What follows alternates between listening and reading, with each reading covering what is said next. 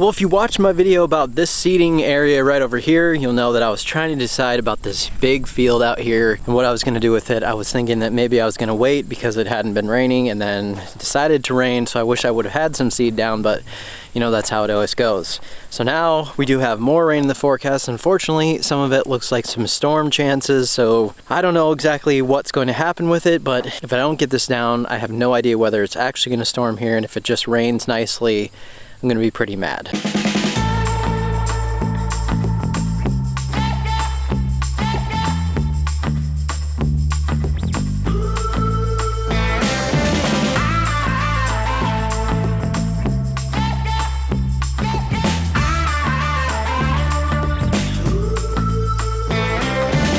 Something tells me there's a good time coming.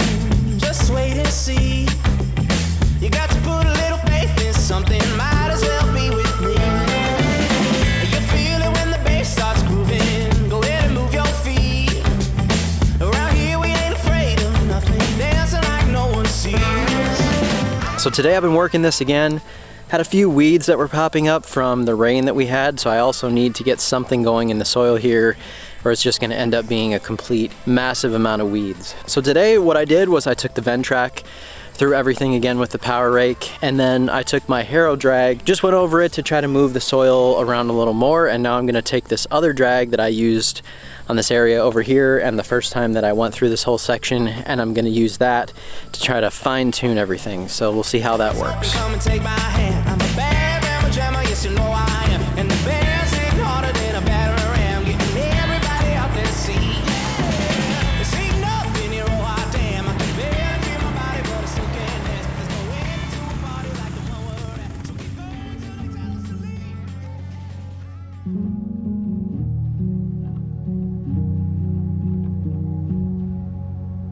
Well, one thing I can tell you is that it seems no one can really predict the weather, because last night we actually worked until dark. A friend of mine here came over with his skid steer, and I don't know what was going on yesterday with my power rake, but I was getting a little bit of waviness in the soil after I was going through it.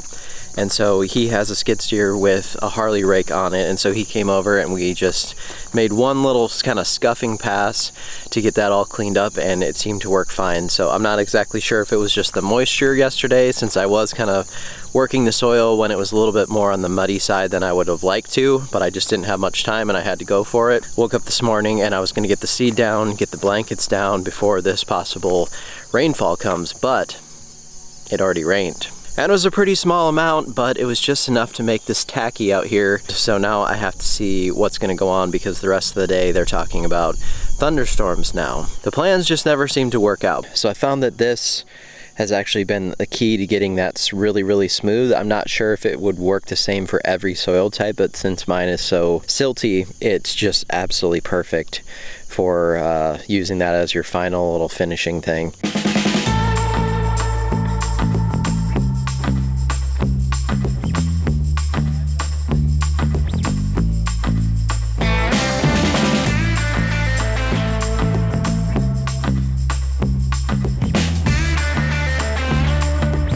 Today's video is brought to you by Cujo Yardware.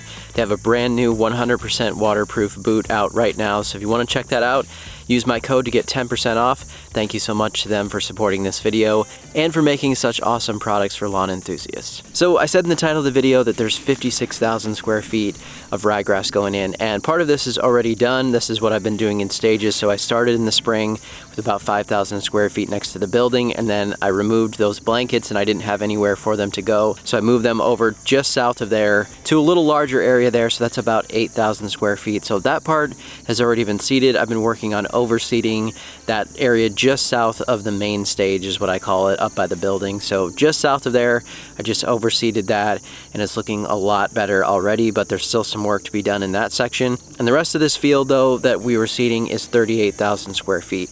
So it's been a dream of mine for a very, very long time, coming from a much smaller yard in town to moving out to the country, to having a nice big open area that I can make a small little golf course into. This is the plan for this area. Down towards the bottom of the hill, I'm planning to put put in a bent grass green. I'm taking this little by little and just learning this area and making sure I place things correctly with water and all of that stuff. I'm planning to just do one green at the bottom and then have multiple tee boxes, maybe up to 9 actually, placed along the sides or placed strategically there just to make it so you have some different distances to shoot into the one green. Everything is up in the air until I get it all sorted out. And water is going to be something that I'm going to look at too. But my plan is also to make it more of certain areas get watered, certain other areas just kind of are left to whatever rainfall we get, if that means I have to fix some things in the fall because of drought. Hopefully these terrible droughts won't continue that we've been having, but you never know. But then I'm going to try to take some of those areas that don't get water, or some of them that are hard to get the water into, and turn those into more native areas with some grasses and different types of plants and stuff. First things first here, I seeded this by walking. I know that might sound crazy. I do have a pole behind spreader, but I just decided for me, I like to see visually on that first pass all the seed going out in front of me, making sure that it's going out evenly and making sure that my rate is correct, my spreader is working correctly. Next thing we did was take that drag and just lightly drag over the seed. I have a very powdery type soil up on top now, so I wanted to not have the seed sitting right on top of there. I wanted to put some of it just lightly under the surface if I could. Next thing I did was put down a starter fertilizer. I did use a pull behind spreader for this. Spread this all out evenly onto there. So then it was time to do the task of putting on these Curl-X blankets. So the reason that I used these was because there was a threat of storms coming the next day. They were talking about possibly heavy rain, and I didn't want all this loose soil, silty stuff up on top of the surface to just wash all the way down the hill, take all my seed with it. Made the decision to go for these again. This is slightly different than straw. It has wood fiber in it instead of the straw, but it does a great job of, once it gets wet, actually just sticking down to the ground and holding everything in place.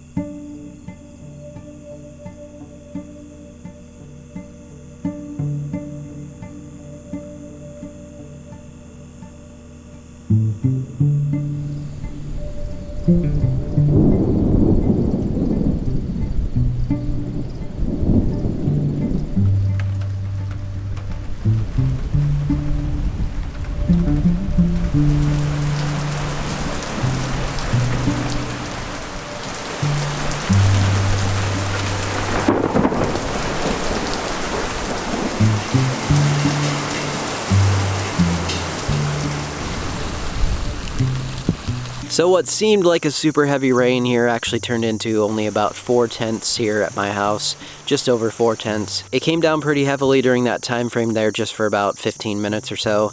Sun came back out, we actually had a rainbow, but that was certainly better than nothing. It got that whole area started. One of the things to remember about seeding in this time of year around here is also we have the benefit a lot of times of having some dew in the morning. Holds on till about 10, 11 a.m. sometimes. That's also going to help to keep some of that moisture there and get things germinated. That rainfall got things soaked down onto there. So then I had to think about how I'm going to try to keep this area from drying out in the next week or so. There's really no more rain in the forecast. So it's also going to be getting much, much warmer. I'm actually seeing a temperature coming up forecasted for Saturday of this week of 90. That will be probably close to our record if we get there. So paying attention to your watering, if I do happen to have germination come up by then, I have to be very careful about making sure it's not too soaked when we get to this point, just because overnight it's looking like about 65. So it's not also going to get quite as cool. I don't really want to have any issues with Pythium if I can help it. Letting this slightly dry out before then, if it's germinated, I just don't want it going soaked into that overnight temp and those really, really warm daytime temps.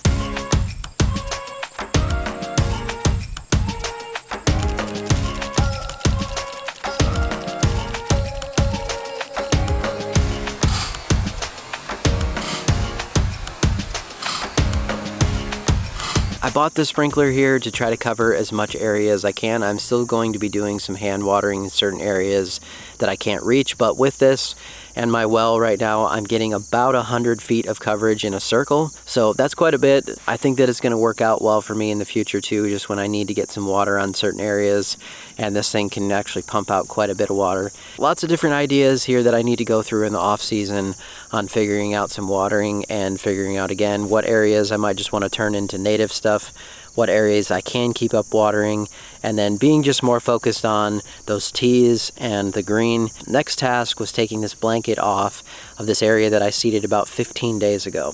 A lot of people ask me about taking these blankets off, when to do it, how to do it. I left this one on longer than I would have liked to. Usually I take them off just when I'm seeing the grass start to poke through there and I have widespread, even germination through there. That's usually when I'll take them off. Then it doesn't get stuck into the fibers or into the straw, and it's pretty easy to remove. This one was already getting probably about 4 inches tall on the grass, maybe a little more in some spots, and was starting to grow into that fiber. So it was very difficult to remove compared to normal, but I left it there because of that possibility of major storms, and I didn't want any of that new stuff to wash out. All of the netting did come out, which was my main thing, because it's very difficult to mow through that if you have that netting. These are really made to be left in place, but I've found that the netting doesn't break down fast enough for me, and over time it can really be a pain if it gets caught in your mower. And because of the possibility of me wanting to mow this pretty low to the ground, I just didn't want that netting in place. So that did come out. Some of the wood fiber though is still stuck there. I decided to just try a first mow through this and see what was going to happen with that. And it chews up most of the wood fiber just fine. There's a few areas I think I'm going to have to hand rake some of it out of there. Overall, it's supposed to break down on its own as well, but I'm going to be mowing through this, and I think I'm going to be chopping it up here in the next few weeks to where it's not going to be any issue.